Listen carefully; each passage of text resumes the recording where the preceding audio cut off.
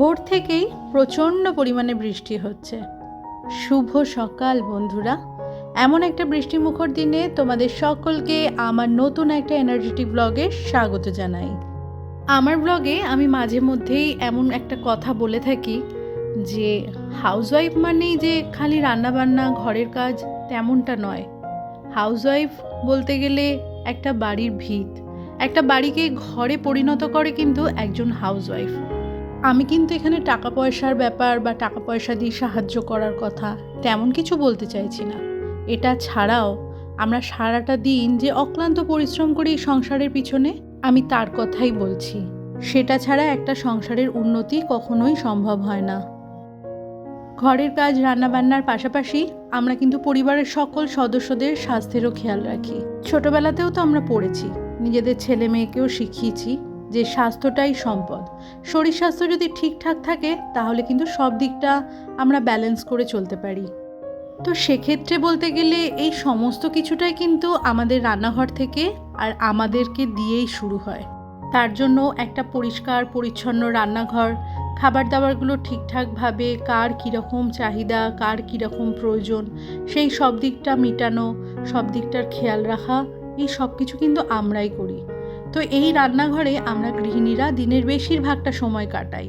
সকালে ঘুম থেকে ওঠা থেকে শুরু করে রাত্রিবেলায় ঘুমোতে যাওয়া পর্যন্ত আমরা বেশিরভাগ সময়টাতে যে জায়গাটাতে কাটাই বা কাজ করি যেখানটাতে, সেই জায়গাটা পরিষ্কার পরিচ্ছন্ন রাখা অত্যন্ত জরুরি।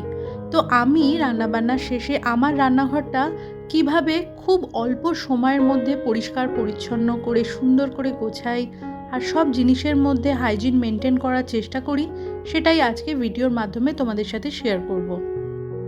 আমার আজকের দিনটা শুরু হয়েছে ভোর 5:15 নাগাদ থেকে। ঘুম থেকে উঠেই দেখি বাইরে প্রচণ্ড বৃষ্টি। বাসি কাজকর্মগুলো যথারীতি করলাম, স্নানটা করিনি। দুদিন আগে প্রচণ্ড ঠান্ডা লেগে শরীরটা খারাপ হয়েছিল।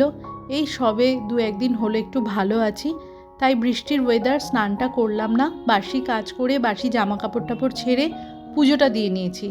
তারপরে এই রান্নাঘরে এসে কাউন্টার টপ, গ্যাসের ওভেনটা মুছে নিয়ে রাত্রিবেলায় ডিশওয়াশার চালিয়েছিলাম। বাসনগুলো সমস্ত তুলে এনে জায়গায় গুছিয়ে নিয়ে গরম জল করলাম। নিজেও খেয়েছি, ওদেরকেও দিয়েছি। আমন্ড বাদাম ছিল, সেটাও ছাড়িয়ে খাওয়া হয়ে গেছে। তারপরে ওই জলখাবারে আজকে চাউমিন বানালাম। এখন আমি সাধারণত আটার চাউই বানিয়ে থাকি, তবে এই ময়দা দিয়ে যে চাউয়ের প্যাকেট হয় দেখলাম 3টে রয়েছে ঘরে, তাই ওইটা বানিয়ে শেষ করে ফেললাম। একটু সবজি কেটে নিয়ে ডিম ছাড়াই আজকে সকালে চাউমিনটা বানিয়েছি। ছোটোবেলায় স্কুলের টিফিনে যখন চাউমিন নিয়ে যেতাম, মা আমাকে 2 রকম চাউমিন বানিয়ে দিত, একটা সাদা রঙের আর একটা হলুদ রঙের। সাদা মানে ওই হলুদ ছাড়া পেঁয়াজ দিয়ে ডিম দিয়ে বানিয়ে দিত, আর হলুদ দিলে পরে ওটা নিরামিষ বানাতো, বাদাম দিয়ে আলু দিয়ে। তো আজকে খুব ইচ্ছা করলো ওরকম বানাতে, সেজন্য ওই বাদাম ছড়িয়ে দিয়ে ওই চাউমিনটা বানালাম। আমার কিন্তু বেশ ভালো লাগে এরকম হলুদ চাও খেতে মাঝে মধ্যে, তবে মামাম খুব একটা পছন্দ করে না, কিন্তু আমি ওই ভালোবাসি বলে তেমন কিছু আর বলে না। জলখাবার খেয়ে নিয়ে দুপুরের রান্না বলতে খালি ওই চালটা ধুয়ে ভাতটা গুছিয়ে রাখলাম, আর একটু পেঁপের খোসা ছাড়িয়ে পেঁপেগুলোকে ফালি করে কেটে ভাতের মধ্যে দিয়ে একেবারে প্রেশার কুকারটা রেডি করে ঘরে চলে গেছিলাম। গতকালকে মাছ বানিয়েছিলাম, 2 দিনের জন্য বানানো আছে। ওই মাছের কষা আর পেঁপে সিদ্ধ আজকে দুপুরে আমাদের 3 জনের হয়ে যাবে, তাই রান্নাবান্না শেয়ার করার মতো তেমন কিছু নেই। ঘরে গিয়ে জানলা টানলা খুলে বিছানাপত্রটা গুছিয়ে ফেললাম। চাদরটা বদলাবো, সেই জন্য চাদরটা তুলে তোষকটা মাঝে মধ্যে একটু সরে টরে যায়, সেগুলোকে ঠিকঠাক করে নিয়ে ভালো করে তোষকটা ঝেড়ে টেরে কাচা ধোয়া পরিষ্কার একটা বিছানার চাদর পেতে দিলাম। খাটটাও ভালো করে মুছে নিয়েছি। আর বিছানার চাদর চেঞ্জ করা মানে ঘরের অর্ধেকটা বলতে পারো একদম পরিষ্কার হয়ে গেছে। সকালবেলাতে তো যে প্রচণ্ড বৃষ্টি হচ্ছিল, জানলাটা খুলতে পারিনি, এখন এই জানলা টানলা খুলে দিলাম। আর মেঘলা ওয়েদার, বেশ সুন্দর হাওয়া আসছে, আর এরকম মিষ্টি হাওয়া এলে পরে ঘরটরগুলো খুব ফ্রেশ লাগে, এতে করে নিজেরও কিন্তু বেশ ভালো লাগে। এরই মধ্যে ভাতটা আমার হয়ে গেছে, উপর দিয়ে নিয়েছি। আর ফ্রিজ থেকে যে মাছের বাটিটা ছিল সেটাও বের করে গরম টরম করে নিয়েছি। দুপুরে রান্নাবান্না কমপ্লিট, এবারে ওই রান্নাঘরটা পরিষ্কার করে নেব। ভাতটা হয়ে যাওয়ার পরে বেশ কিছুক্ষণ অপেক্ষা করেছি, যাতে ওই গ্যাস ওভেনটা আমার যেহেতু গ্লাস টপ, ওটা যাতে ঠান্ডা হয়ে যায়। সেই সময়তেই ফ্রিজটা পরিষ্কার করে নিয়েছি। সারাদিন রান্নাবান্নার সময়তে কতবার আমরা ফ্রিজটাকে খোলা বন্ধ করি, বিশেষ করে ওই হ্যান্ডেলটার ওখানে খুব বেশি হাতের দাগ ছোপ পড়ে যায়। তাই প্রত্যেক দিন আমি কলিনের সাহায্যে ফ্রিজটাকে একবার করে আমি মুছে দিই। মাইক্রোওভেনটার প্রতিদিন দরকার পড়ে না, ওটা ব্যবহারের ওপরে নির্ভর করে, কিন্তু ফ্রিজটা আমি ডেলি মুছি। তারপরে এই সিঙ্কে রান্নাবান্না শেষে আজকে তেমন কোনো বাসন ছিল না, সকালে জলখাবারের পরে যেটুকুনি যা বাসন ছিল ডিশওয়াশারে ভরে দিয়ে, আর বাকি বাসনটুকুনি যেটা আমি ডিশওয়াশারে দেবো না সেটুকুনি হাতে মেজে নিয়ে সিঙ্কটা খালি করে নিচ্ছি। সারাটা দিন বেশিরভাগটা সময়ই আমরা রান্নাঘরে কাটিয়ে দিই, ওই টুকটুক করে চলতেই থাকে কাজকর্ম আর কি। মাঝে মধ্যে এই একই রকমের কাজ প্রত্যেক দিন করতে, তারপরে এই যদি বাইরের এরকম বৃষ্টির ভেজা ভেজা ওয়েদার হয় সেই সময়তে বেশি পরিমাণে জলের কাজ করতে একটু হলেও কিন্তু বিরক্ত লাগে। তবে ওই নিজেদের সুবিধা মতো রান্নাঘরকে যদি আমরা সুন্দর করে গুছিয়ে রাখতে পারি, টাইম টু টাইম পরিষ্কার করে নিতে পারি, তাহলে এই সমস্ত কাজকর্ম করতে কিন্তু একঘেয়েমিটা আমাদের লাগে না।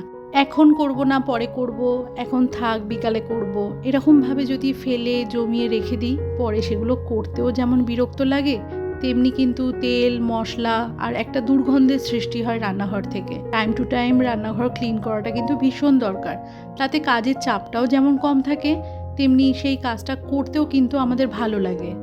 আর একটা গোছানো পরিষ্কার পরিচ্ছন্ন জায়গায় সবসময় কিন্তু একটা পজিটিভ এনার্জি কাজ করে। এক দিদিভাই আমার কাছে এই সলিউশনটার ব্যাপারে জানতে চেয়েছিলে, তখন আমি বলেছিলাম যে সলিউশনটা আমার শেষ হলে পরে আমি বানিয়ে দেখাবো। তো এখানে আমার যে জারটা আছে সেটা 500 ml জার, আমি 400 ml মতো জল নিই আর 100 ml মতো ভিনিগার নিই, আর তার মধ্যে সামান্য পরিমাণে একটু বেকিং সোডা মিশিয়ে নিয়েছি, আর 4-5 চামচ মতো লিকুইড যে ডিশ সোপ আছে সেটা মিশিয়েছি। দিয়ে এই সলিউশনটা তৈরি করে আমি এই স্প্রে বটলের মধ্যে দিয়ে সেটা দিয়েই কাউন্টার টপ, টাইলস, গ্যাস ওভেনটা পরিষ্কার করি। এক্ষেত্রে আমি বলে রাখি, কাউন্টার টপ যদি গ্রানাইটের না হয় তাহলে কিন্তু এই সলিউশনটা ইউজ করাটা উচিত নয়। ব্ল্যাক স্টোনের কাউন্টার টপ হলে সলিউশনের মধ্যে যেহেতু ভিনিগার আছে তাহলে কিন্তু একটা সাদা দাগছোপ হয়ে কাউন্টার টপটা খারাপ হয়ে যাবে। তাই যদি গ্রানাইটের কাউন্টার টপ হয় তবেই কিন্তু এই সলিউশনটা ব্যবহার করলে ভালো হয়। আর দিদিভাই, তুমি যদি আজকের ব্লগটা দেখে থাকো অবশ্যই আমাকে কমেন্টের মাধ্যমে জানিও। রান্নাঘর পরিষ্কার করার আগে রান্নার জায়গাটা আমি খালি রাখার চেষ্টা করি। বাসনপত্র যেটুকুনি মাজার হয়ে গেছে, বাকি যেটুকুনি ডিশওয়াশারে দেওয়ার সেগুলো হয়ে গেছে। খাবার জিনিসগুলো গরম টরম করে আমি ঘরে নিয়ে রেখে এসেছি, যাতে কাউন্টার টপটা ফাঁকা পাই, ভালো করে পরিষ্কার করে নিতে পারি। সলিউশনটা স্প্রে করে টাইলসটা, গ্যাস ওভেনটা, কাউন্টার টপটা খুব ভালো করে মুছে নেব। এই সলিউশনটা ব্যবহার করার ফলে রান্নাঘর প্রচণ্ড পরিমাণে তেলমুক্ত থাকে, আর কোথাও কিন্তু বাজে দুর্গন্ধ সৃষ্টি হয় না। ভিনিগার কিন্তু ভীষণ এই দুর্গন্ধ মুক্ত করতে রান্নাঘরকে কাজে দেয়। আমি যখন সিঙ্কে মাছ মাংস কিছু ধুই বা পরিষ্কার করি, তারপরে তো সাথে সাথে সিঙ্কটা মেজে ঘষে নিই, তারপরে এই সলিউশনটা স্প্রে করে আরেকবার পরে ধুয়ে নিই। ভিনিগারের গন্ধতে মাছের আঁশটানি গন্ধ সবটা কেটে যায়। আমাদের বাঙালিদের খাওয়া দাওয়া যেমন ধরন, তাতে তেল মশলা একটু বেশি পড়ে, বা মাছ মাংস ডিম এটা তো রান্না হয়েই থাকে, তার জন্য একটা বাজে দুর্গন্ধ রান্নাঘরে সৃষ্টি হয়। আর আমার যেহেতু ঘরের সাথেই রান্নাঘরটা লাগোয়া, সেদিকটা আমাকে খুব বেশি করে খেয়াল রাখতে হয়। প্রত্যেক দিন কাজের পরে সাথে সাথে আমি ওই জন্য রান্নাঘরটা এইভাবে সলিউশন স্প্রে করে পরিষ্কার করি। তাতে কি হয়, তেল ছিটে ভাব, দুর্গন্ধ, আরশোলা, পোকামাকড় এগুলো কিছুই থাকে না। আর রান্নাঘর যদি প্রত্যেক দিন দুবেলা এরকমভাবে আমরা পরিষ্কার করে নিতে পারি, প্রয়োজন অনুযায়ী যেমন কাজকর্ম হচ্ছে সেই বুঝে নিয়ে, তাহলে কিন্তু খুব বেশি পরে ডিপ ক্লিনিংয়েরও প্রয়োজন পড়ে না। আর তেল ছিটে দাগ ছোপ এগুলো দীর্ঘদিন ধরে জমে থাকলে পরে ওগুলো তুলতে পরিষ্কার করতে খুব বেশি খাটনি হয়ে যায়। যে কাজ আমাদেরকে খুব একটা বেশি পরিশ্রম দেয় না বা খুব সহজে কাজটা আমরা করতে পারি, সেই কাজ করতে কিন্তু আমরা প্রত্যেকেই ভীষণ ভালোবাসি। তো সে কারণেই এই রকমভাবে মেনটেন করে যদি আমরা রান্নাঘরটা দুবেলা ক্লিন করতে পারি, তাহলে কিন্তু রান্নাঘরের পিছনে খুব একটা বেশি খাটনি লাগে না। আজকাল বাজারে নামি দামি অনেক রকম সলিউশন বেরিয়েছে এই সিঙ্ক, গ্যাসের ওভেন, তেল ছিটে দাগ ছোপ ময়লা পরিষ্কার করার জন্য। তবে ভিনিগারের সাহায্যে আমি যে সলিউশনটা বানিয়ে রাখি সেটা দিয়ে যদি নিয়মিত পরিষ্কার করি, তাহলে তেল ছিটে দাগও জমে না, সেটার পিছনে খাটনিও হয় না, আর পয়সাটাও বাজার থেকে আর ওই দামি জিনিস কিনে নষ্ট করতে হয় না। আর এরকম মোছামুছি করার জন্য একটা ওই ওয়াইপ আমি রাখি, খুব বেশি হলে 2টো ওয়াইপ আমি ব্যবহার করি, আর একটা হচ্ছে কটনের কাপড়। পুরনো বিছানার চাদর টুকরো টুকরো করে কেটে নিয়ে সেটাকে ভালো করে কেচে ধুয়ে পরিষ্কার করে রান্নাঘরে আমি এরকম মোছামুছি করার জন্য, বা কোনো জায়গায় জল পড়লো একদম শুকনো করে মুছে তোলার জন্য এরকম কটনের কাপড় আমি ব্যবহার করি। যে কোনো কাজের ক্ষেত্রে, পরিষ্কার পরিচ্ছন্ন করার ক্ষেত্রে শুকনো, কাঁচা, ধোয়া পরিষ্কার কটনের কাপড় কিন্তু ভীষণ কাজের। রেগুলার রান্নাবান্না শেষে কাউন্টার টপ, গ্যাসের ওভেন পরিষ্কার করার পাশাপাশি নিচের ড্রয়ারগুলোও মুছে নিই। ওপরের ক্যাবিনেটটা 2-1 দিন অন্তর মুছি, কিন্তু নিচের ক্যাবিনেটটা ডেলি মুছি, ওগুলোর ব্যবহারটা একটু বেশিই হয়। আর এই তো রান্নাঘর একদম ঝকঝকে পরিষ্কার হয়ে গেছে। প্রতিদিন এই প্রতিটা স্টেপ ফলো করে আমি আমার রান্নাঘরটাকে পরিষ্কার পরিচ্ছন্নভাবে সুন্দরভাবে সাজিয়ে গুছিয়ে রেখে দিই। আর প্রতিদিন যে কাজটা করা হয় সেই কাজে কিন্তু খাটনিও কম হয়।